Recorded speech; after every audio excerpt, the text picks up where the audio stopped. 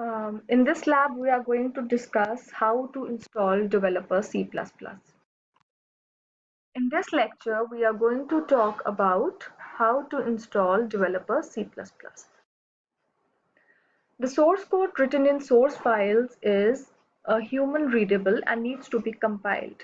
See, when we write a code, uh, it is in a form which is understandable by a human, and for machine to understand it, it has to be converted to a form where machine can understand it, and that form is your machine language.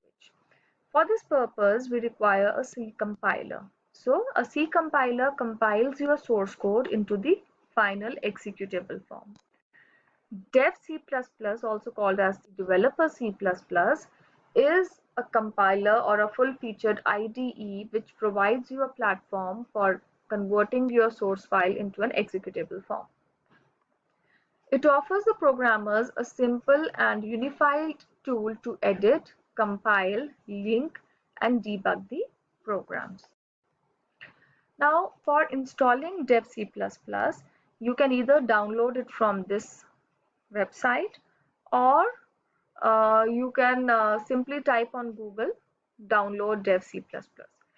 One important thing is that Dev C++ can be installed on both 32-bit operating system as well as 64-bit operating system, so that is not an issue.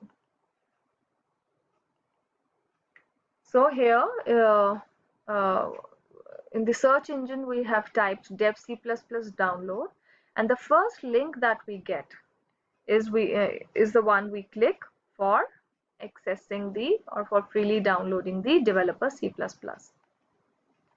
So when we click on that, this window opens and we press the download button. On pressing the download button, it starts downloading on the system. For this, you need to choose the language. Here, English has to be chosen because we will be doing coding in English language. Then a license agreement declaring the terms and conditions of using are specified, for which we straight away click the I agree button. Then you have to start with the setup. For this, you just have to click on the next. Now click on install button here, and the installation process will start. So nothing you have to do. Once the installation is done, this finish button will be highlighted. You press that, and after that you need to click on the OK button. This is how your compiler would look like. For typing the program, first you need to go to files, and then you need to select the new option. From new option, you need to click on the source file. When you click on the source file, a window appears where you can straight away start typing your program. So let us do this thing with the help of the compiler that is there in my machine, so that you get a feel of it.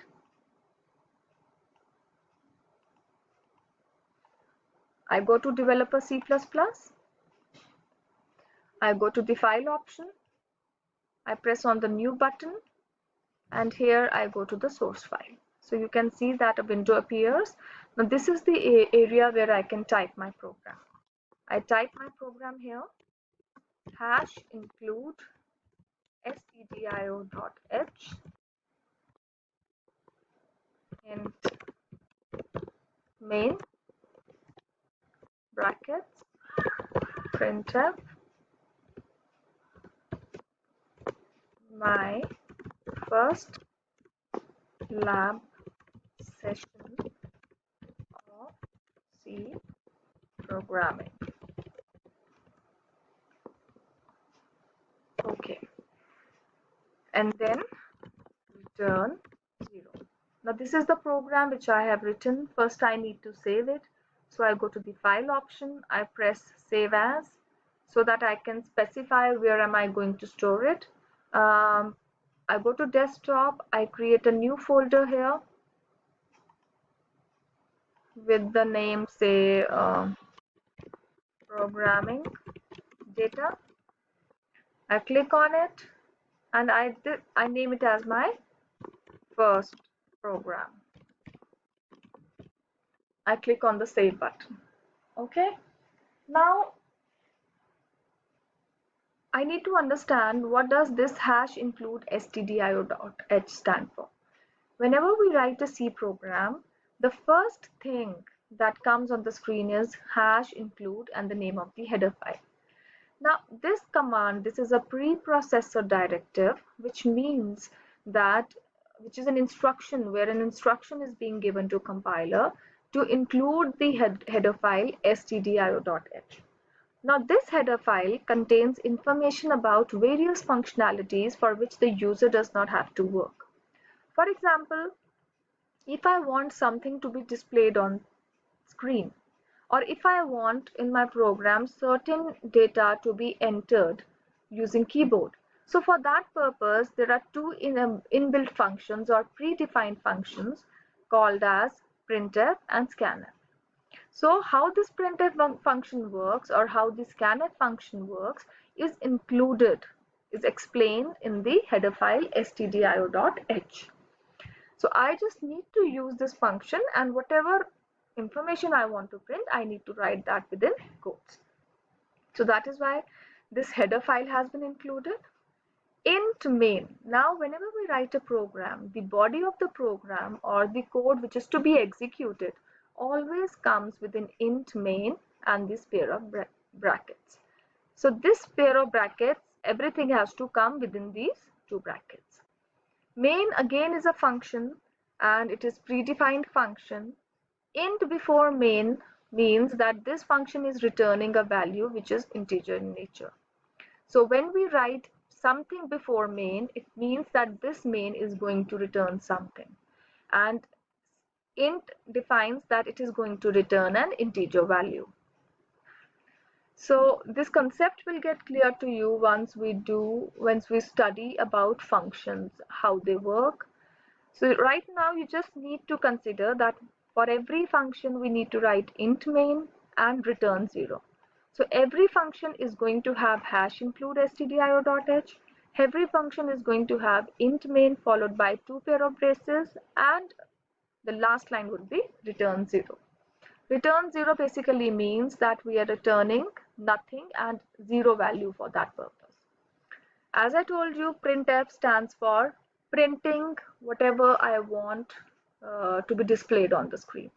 So like I want that my first lab session of C programming to be displayed on screen. So I will write within the pair of brackets double quotes and within that the sequence. Another thing to remember is that every sentence, every line has to end with a delimiter. So you can see that I have put a semicolon here, I have put a semicolon here. So after every instruction, a semicolon has to come. Now let us see how to execute this.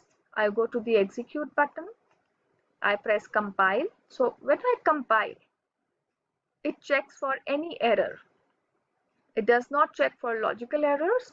It can only check for syntax errors. Syntax error is, have I made any mistake in typing the code? As I told you in the class also that C is a case sensitive language. So when I write hash include stdio.h, it has to be in smaller case.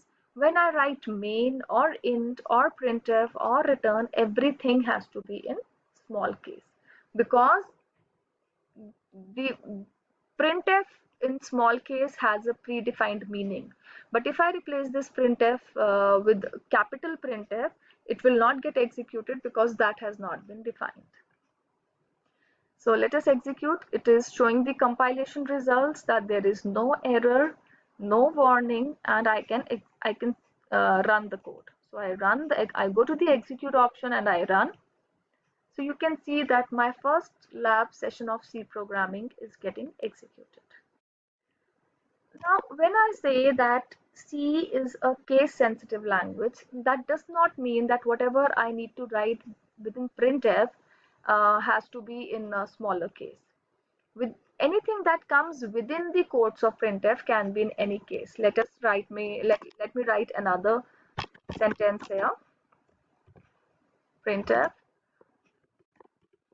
/n has been used for adding the next statement to the new line. So I will write say hello world. So you can see that here I have written everything in capitals. So let us execute this, compile, compilation results are being displayed, no errors, and then again I execute run.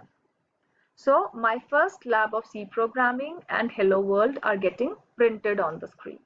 So printf is used for displaying the content. Whatever we want to display on the screen gets displayed with the help of printf. Now you see that there is no semicolon coming here. So that semicolon is part of your syntax, that when you write a program, every statement has to end with a delimiter semicolon. So that doesn't get printed on the screen. However, if you really want to print a semicolon or a full stop, you need to add here. Suppose in the second line I want semicolon should come. So whatever is to be displayed, whatever kind of information you want to be displayed on the screen should come within double quotes. So let me execute. I can do compile and run together. So you can see a full stop coming here and a semicolon coming here. Now suppose I have saved the program, I made few changes and I save. Since I have already saved with a new name already, first program, I simply need to press Alt F save button. Okay, so I close it. Now next time you suppose want to again open the program which you had saved. So again I go to developer C++, I go to file and I go to open. From desktop, I had created a folder programming data and my first program. So when I click on the first program open button, the code gets open and I can execute it again. So when you will be doing programs in the lab, I would recommend that you number your programs like this so that you are able to maintain a file of it. So let us try another program. Suppose I want to add two numbers.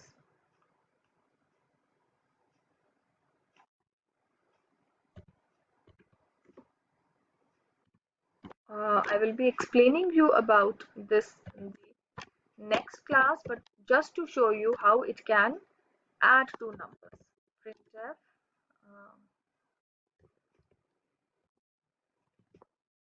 sum of two numbers is %d. So you don't need to worry about what this %d is and what is it doing, what is its purpose, that I'll be explaining in the next class. But just to have a feel of how we write a program, I'm doing so. So now I want to add the two numbers 5 and 3. So I have taken them as integers and I've stored them in a variable x and y. 5 is a constant which is stored in variable x. 3 is a constant which is stored in variable y. And now I am adding two numbers. So let us see how it executes. Compile. No errors. Let us run it. So you can see that sum of two numbers getting displayed.